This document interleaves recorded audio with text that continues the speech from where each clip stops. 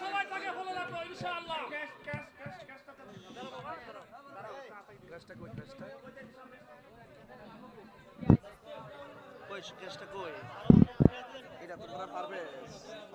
আলহামদুলিল্লাহ, এখন আপনাদের সম্মুখে বলেন মারহাবা। আমাদের প্রধান অতিথি আল্লামা বীর মুফতি গিয়াসউদ্দিন আত্তাহিনী সাহেব পারভেজকে, জনাব পারভেজকে মাহফিল কমিটির পক্ষ থেকে সকলে অংশগ্রহণ করছেন। সবাই বলেন মারহাবা।